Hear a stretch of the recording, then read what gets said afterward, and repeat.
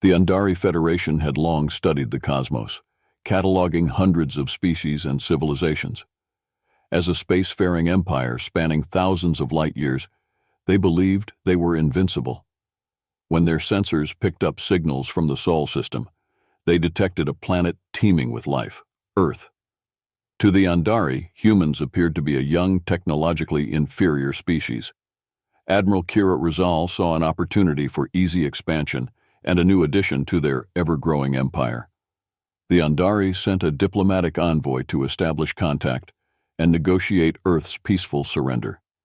As the massive Andari ship, the Harbinger, approached Earth's orbit, its presence caused widespread panic. Governments worldwide convened emergency meetings, and the United Nations quickly assembled a fleet to intercept the alien vessel. Captain James Mitchell of the UNS Resolute, a seasoned veteran of space exploration and defense, led the fleet. "They're hailing us," his communications officer reported. Mitchell's heart pounded as he watched the holographic projection of the alien ship on his bridge's main screen. "Let's hear what they have to say," he ordered. The Andari envoy appeared on the screen, an imposing figure with blue skin and elongated limbs. "Greetings, inhabitants of Earth. I am Ambassador Threx of the Andari Federation. We come in peace but demand your immediate surrender and integration into our empire." Mitchell's eyes narrowed. "This is Captain James Mitchell of the United Nations Space Command. We do not surrender. Leave our space immediately, or we will defend our planet." The envoy's expression darkened. "You misunderstand, Captain. This is not a request. It is a command." The transmission ended abruptly and tension filled the bridge. "Red alert," Mitchell commanded. "All hands to battle stations."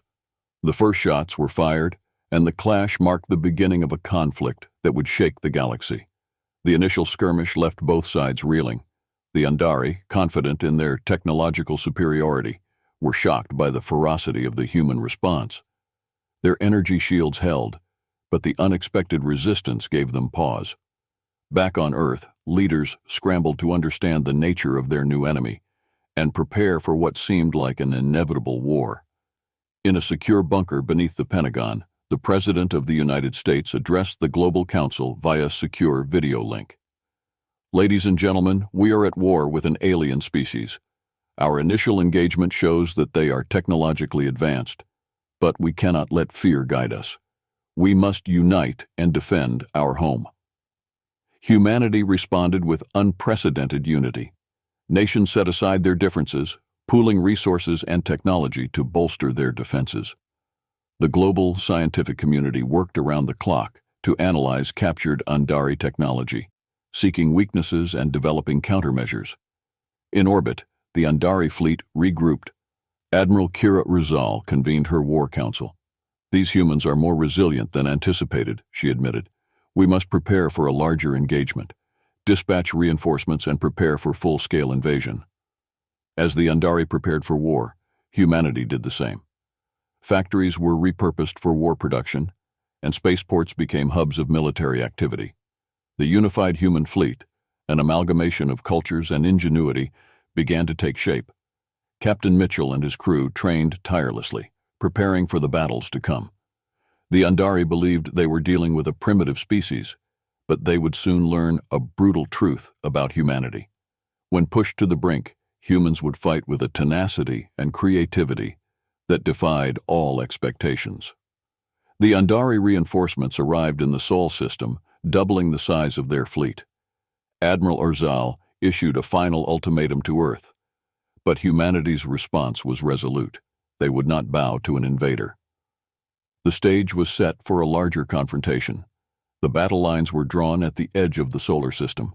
The Andari fleet, with its sleek advanced ships, moved into position. Human ships, a mix of old and new technology, formed a defensive perimeter around Earth. The tension was palpable as both sides prepared for the clash. In the command center of the UNS Resolute, Captain Mitchell reviewed the battle plan with his officers. "We know they have superior technology, but we have the element of surprise and adaptability. Use every trick we've learned. This is our home, and we will defend it." The Andari fleet advanced, their energy weapons charging. The first volley lit up the darkness of space, and the human ships responded with a barrage of missiles and railgun fire. The battle raged, and human commanders like Admiral Sarah Ung leveraged guerrilla tactics and unconventional warfare to offset the technological gap. Andari ships, designed for precision and efficiency, were caught off guard by the chaotic and unpredictable maneuvers of the human fleet. Human pilots, using their intimate knowledge of their home system, exploited every asteroid and moon for cover. The Andari's initial confidence began to waver as they faced an enemy that fought with a determination they had never encountered. In the heat of battle, Captain Mitchell's ship took a direct hit, causing a hull breach. "Damage control teams, seal that breach," he ordered, his voice calm despite the chaos. The crew worked with practiced efficiency, their resolve unshaken. On the Andari flagship, Admiral Arzal watched the battle unfold with a mixture of frustration and admiration. "These humans fight like cornered animals," she muttered. "We need to adapt our strategy." But adapting was easier said than done. The Andari were not used to facing an enemy that refused to follow predictable patterns. The battle in Orion's belt became a grueling test of endurance and willpower. Both sides suffered heavy losses, but humanity's indomitable spirit began to shine through. The Battle of Orion's belt was a turning point in the war. The Andari, with their superior technology and disciplined tactics, had expected a swift victory. Instead, they found themselves locked in a brutal and protracted conflict. Human resilience and adaptability became their greatest weapons. Admiral Sarah Ung, commanding the human fleet, orchestrated a series of daring raids and ambushes that kept the Andari off balance.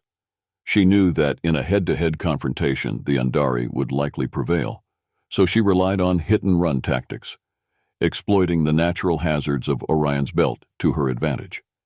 In one particularly bold maneuver, a squadron of human fighters led by Lieutenant Commander David Riley navigated through an asteroid field to flank an Andari destroyer. "Stay close and follow my lead," Riley instructed his pilots. They weaved through the treacherous terrain, using the asteroids as cover, and unleashed a devastating barrage on the unsuspecting Andari ship. The Andari destroyer exploded in a brilliant flash of light, and Riley's squadron quickly retreated before reinforcements could arrive. "That's one for the history books," Riley said, his voice filled with pride. Admiral Arzal, observing the battle from her flagship, realized that the humans were more formidable than she had anticipated. "We need to rethink our approach," she told her officers. "Their unconventional tactics are making our strategies ineffective." Humanity's ability to adapt on the fly, coupled with their tenacity, began to turn the tide of the battle. The Andari, despite their advanced technology, found themselves struggling to maintain control. The Battle of Orion's belt became a symbol of human defiance and ingenuity. With their momentum building, humanity decided to take the fight to the Andari's home territory. The siege of Andari Prime was a bold and risky move, but one that could potentially end the war. The human fleet, now a well-coordinated and battle-hardened force, set course for the Andari homeworld. Andari Prime, the jewel of the Andari Federation, was a planet of towering spires and advanced technology. The Andari had never faced an invasion on their home soil, and the prospect of human forces breaching their defenses sent shockwaves through their society. Commander Roderick Alvarez, leading the ground assault, addressed his troops as they prepared to land. "This is it, people. We're taking the fight to their doorstep. Remember why we're here.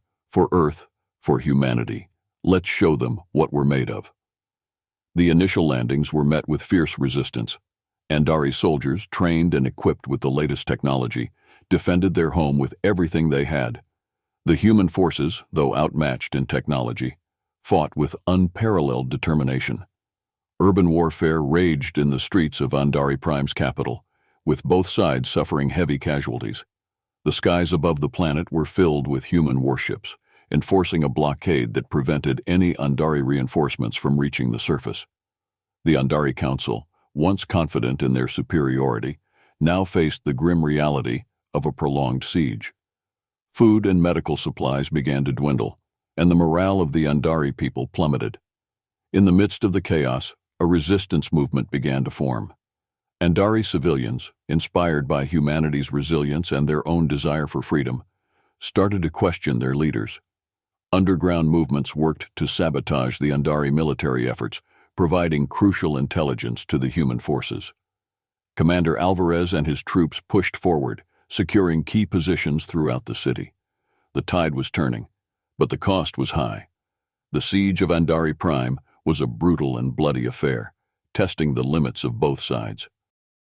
As the siege dragged on, the resistance within Andari Prime grew stronger. The Andari civilians, disillusioned with their government's inability to protect them, began to rise up. The human forces, recognizing an opportunity, established contact with the resistance leaders. Lieutenant Maya Singh, an expert in covert operations, was tasked with coordinating efforts between the human military and the Andari resistance. She met with Arak, a prominent resistance leader, in a hidden underground bunker. "We share a common enemy," Singh said, extending a hand. "Together we can end this war." Arak, a former Andari military officer turned rebel, clasped her hand firmly. "We've seen what your people are capable of. We're ready to fight." The resistance movement began to disrupt Andari supply lines and communication networks. Sabotage operations targeted key military installations, weakening the Andari's ability to defend their capital. The human forces, with the support of the resistance, gained ground steadily. In the Andari council chambers, panic and discord reigned. "We're losing control," one councillor exclaimed. "The people are turning against us." Admiral Arzal, now faced with both external and internal threats, struggled to maintain order. "We must regain the support of our people," she urged.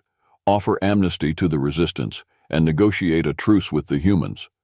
But it was too late. The resistance, emboldened by their successes, had no intention of backing down. And the human forces, now deeply entrenched, were preparing for the final assault. A daring raid by a human special forces unit marked a significant turning point in the conflict. Lieutenant Colonel Marcus Donovan led his team on a mission to capture the Andari Federation's primary military command center. The objective was clear: obtain vital intelligence that could cripple the Andari's ability to wage war. Under the cover of night, Donovan's team infiltrated the heavily guarded facility. Using stealth and precision, they bypassed security measures and neutralized guards. "We're in," Donovan whispered into his communicator, proceeding to the main control room. The team encountered fierce resistance as they approached their target. Donovan, leading from the front, coordinated the assault with tactical precision. "Breach and clear," he commanded, and his soldiers moved with practiced efficiency. In the control room, they accessed the Andari databases, downloading critical information about troop movements, supply routes, and defense protocols. "We've got what we came for," Donovan said. "Let's get out of here." The team exfiltrated under heavy fire, but their mission was a success.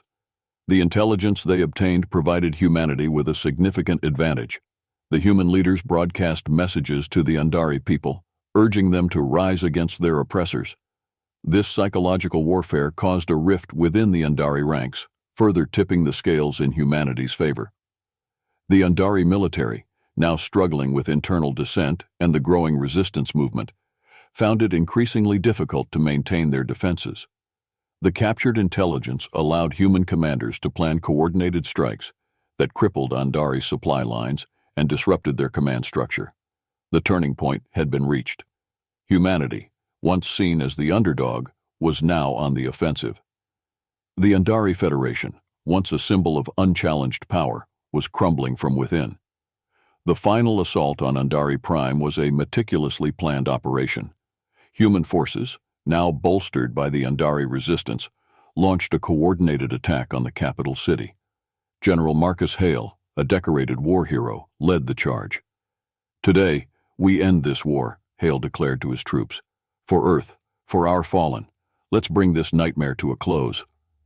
The assault began with a massive orbital bombardment, targeting key Andari military installations. The skies above Andari Prime lit up with explosions as human ships unleashed their firepower. On the ground, human and resistance forces moved in, engaging in fierce urban combat. Andari soldiers, demoralized and outnumbered, offered only token resistance.